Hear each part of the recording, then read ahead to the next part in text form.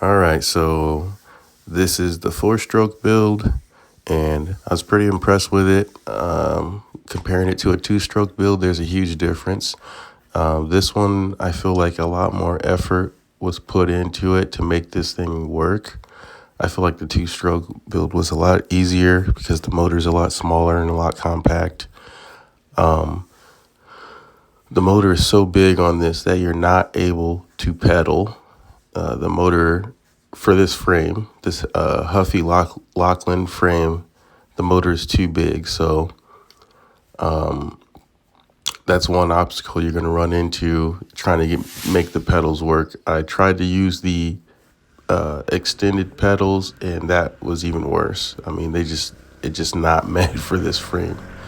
So I was thinking about making a bracket on the back end of the bike and putting them kind of like a friction drive, but having it a chain drive. That was just an idea I had. If that motor was on the back, just over the back tire, I feel like you could still pedal and still have the power of the motor.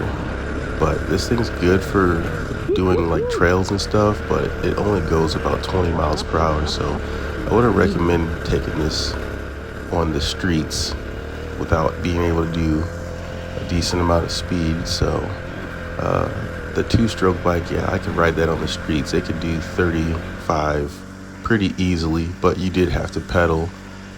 You couldn't go up any hills without pedaling. With this thing, you don't have to pedal at all. So that's the biggest difference between the two. Hard to say which one's better than the other. This one's a lot quieter. This one has a lot of torque, but the other one was probably better to be on the road with because it was faster.